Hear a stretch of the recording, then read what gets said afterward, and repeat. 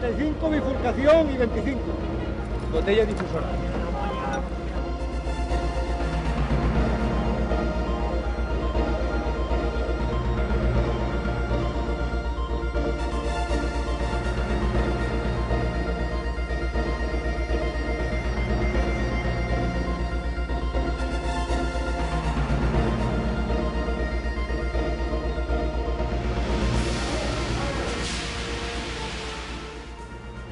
De nos jours, nous dirions d'une personne qui travaille dans un environnement à risque, sans prendre les précautions requises, qu'il est téméraire. Il n'est pas pensable de voir un pompier sans casque ou encore un pilote sans protection, bien que ces équipements puissent les gêner. La construction est un secteur dans lequel les risques de blessures légères, ou même mortelles, sont très élevés, en raison des changements fréquents des conditions de travail. C'est pour cette raison qu'il faut s'efforcer de suivre un ensemble de normes et de procédures afin de bien travailler en sécurité et surtout d'anticiper les risques. Mais il ne s'agit pas seulement de rentrer chez soi sain et sauf tous les soirs. Si nous faisons attention, nous remarquerons que les personnes qui ont un métier à risque travaillent d'une manière particulière. Ils sont très ordonnés, suivent des procédures et des normes de travail et ne laissent aucun détail au hasard.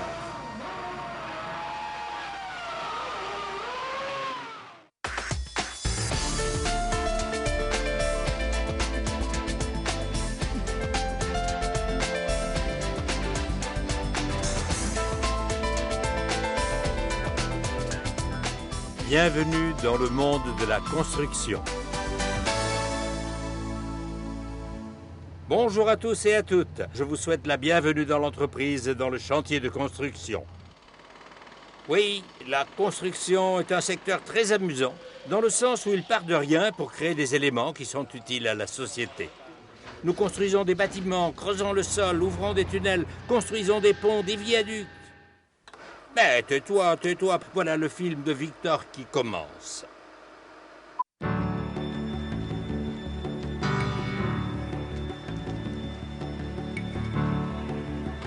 Nous avons déjà terminé pour aujourd'hui. Et je garde dans le vestiaire tout ce qui m'a servi. Pas seulement pour bien travailler, mais aussi pour me protéger des risques dans le travail. Demain, c'est jour de fête et j'ai des invités. Il y aura des membres de ma famille et aussi des amis, Johan et Pao. Pao et moi, nous nous sommes rencontrés lorsque nous cherchions du travail. Nous avons commencé le chantier ce jour-là. Le responsable qui nous a reçus est également en charge de la sécurité.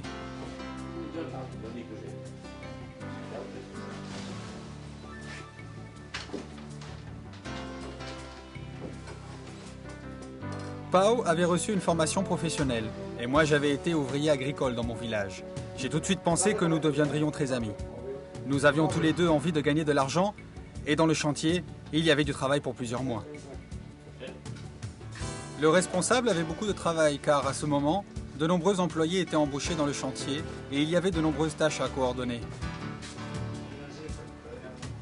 Malgré cela, il a été très attentif et a répondu à toutes nos questions. Il nous a donné les premières instructions, le matériel de travail et nous a demandé comment s'étaient passés les cours de formation.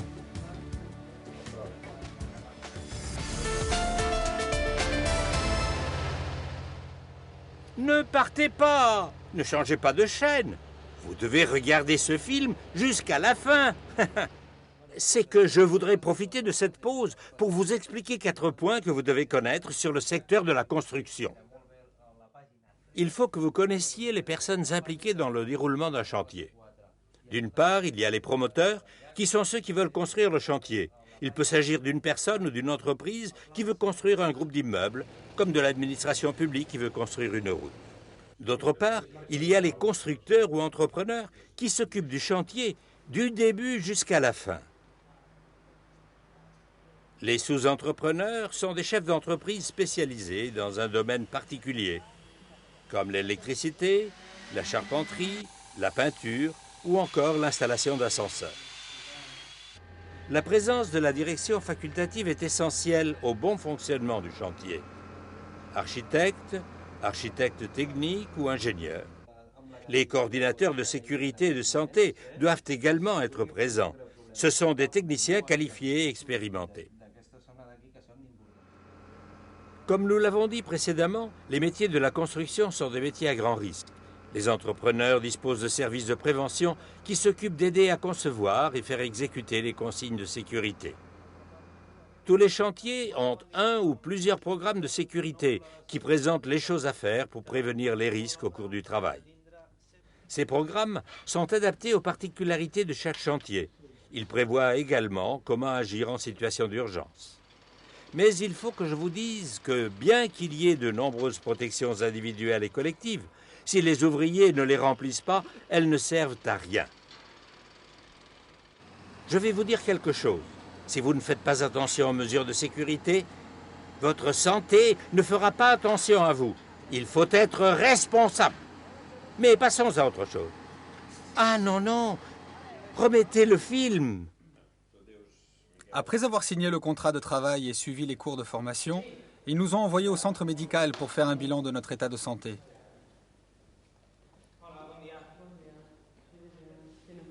C'est un droit que tous les travailleurs possèdent et une obligation pour l'entreprise.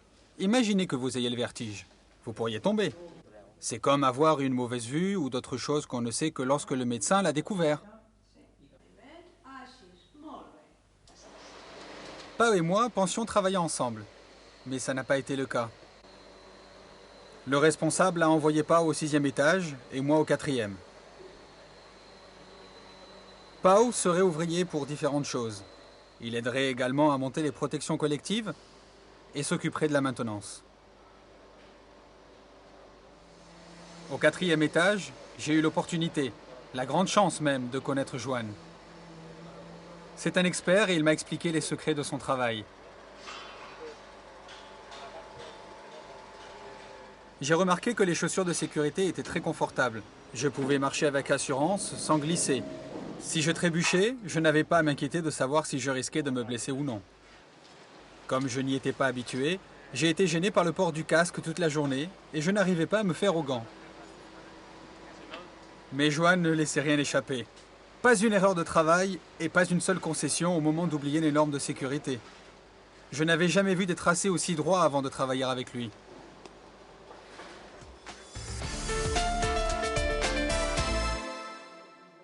Je reviens ici, car j'aimerais souligner l'importance de la vigilance de la santé au travail. Les consultations périodiques sont un outil personnalisé et se réalisent dans le cadre de la vigilance de la santé. Ça, c'est important. Il est tout aussi important que vous connaissiez les lois et les normes qui régulent le secteur. Vous, les travailleurs, vous avez le droit d'être informés de tout ce qui est important.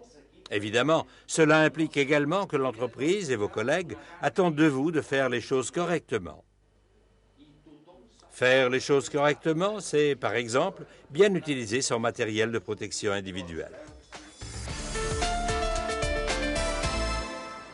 Après avoir travaillé quelques jours avec Joan, je me suis rendu compte que se protéger contre les risques au travail n'était pas une obligation des chefs ni des lois. C'est une question de respect de soi-même et de ses collègues de travail. Ah, regardez les mauvaises habitudes qu'il a, celui-là.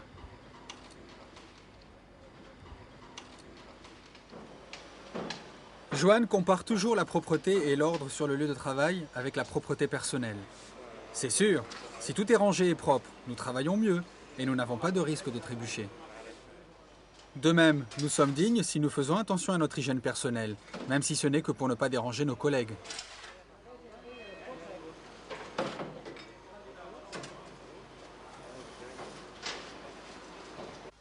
Pendant ce temps, Pao, qui avait suivi un cours de prévention des risques au travail, devenait un expert en tout ce qui concerne la signalisation et la protection. Il faisait alors des rampes, tendait des filets.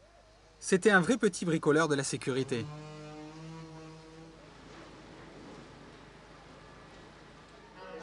À l'heure du petit déjeuner ou du déjeuner, Joan est très strict en ce qui concerne la boisson.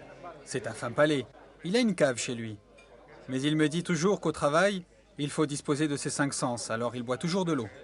Pao a dû changer ses habitudes et maintenant il boit de la bière sans alcool. Moi, je bois toujours de l'eau, comme d'habitude.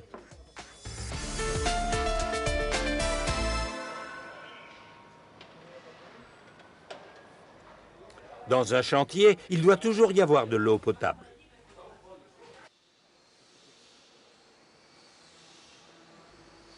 Notre secteur est tellement dangereux qu'il faut toujours être à l'alerte. Et l'alcool et les drogues ne sont pas de bons compagnons de travail. C'est comme lorsqu'il faut conduire. Si vous avez bu un peu, vous ne vous rendez pas compte du danger jusqu'à ce que vous ayez un accident. Ah, ce que fait Paul avec la signalisation et les protections est très important. En plus, si vous voyez un danger qui n'est pas sécurisé ou signalé, vous devez avertir votre chef ou bien le coordinateur de sécurité. Dites-vous que vous pourriez être la première victime.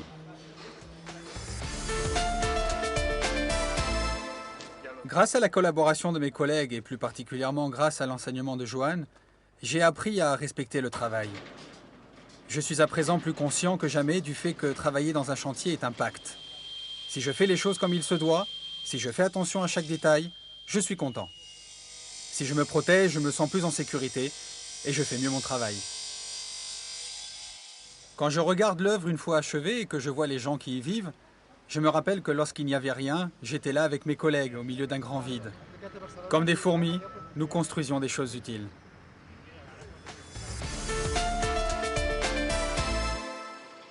Oui, comme dit Victor, travailler sur un chantier, ce n'est pas seulement gagner sa vie. Il s'agit aussi de jouir de la vie. Vous y passez un tiers de votre vie, il faut donc en profiter. Maintenant, rappelez-vous, vous avez le droit d'exiger le contrôle de votre santé. Vous devez recevoir une formation et l'information sur la prévention des risques au travail. Il est interdit de consommer de l'alcool et des substances toxiques.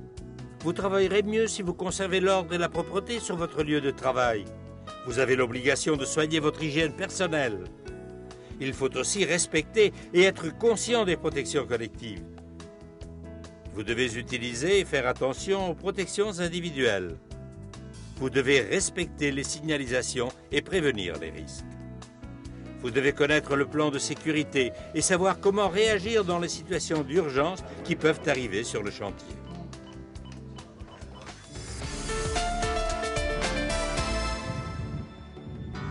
Regardez, revoilà Johan. Qui aurait pu prédire ça?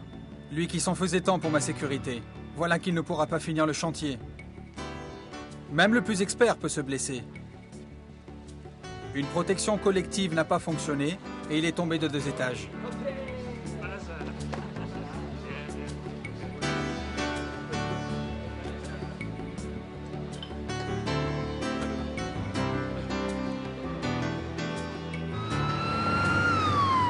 Dans les chantiers de construction, il y a de nombreux accidents du travail.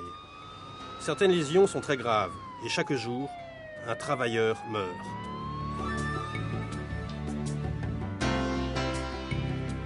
Un chantier comporte des risques considérables. Il faut travailler en équipe.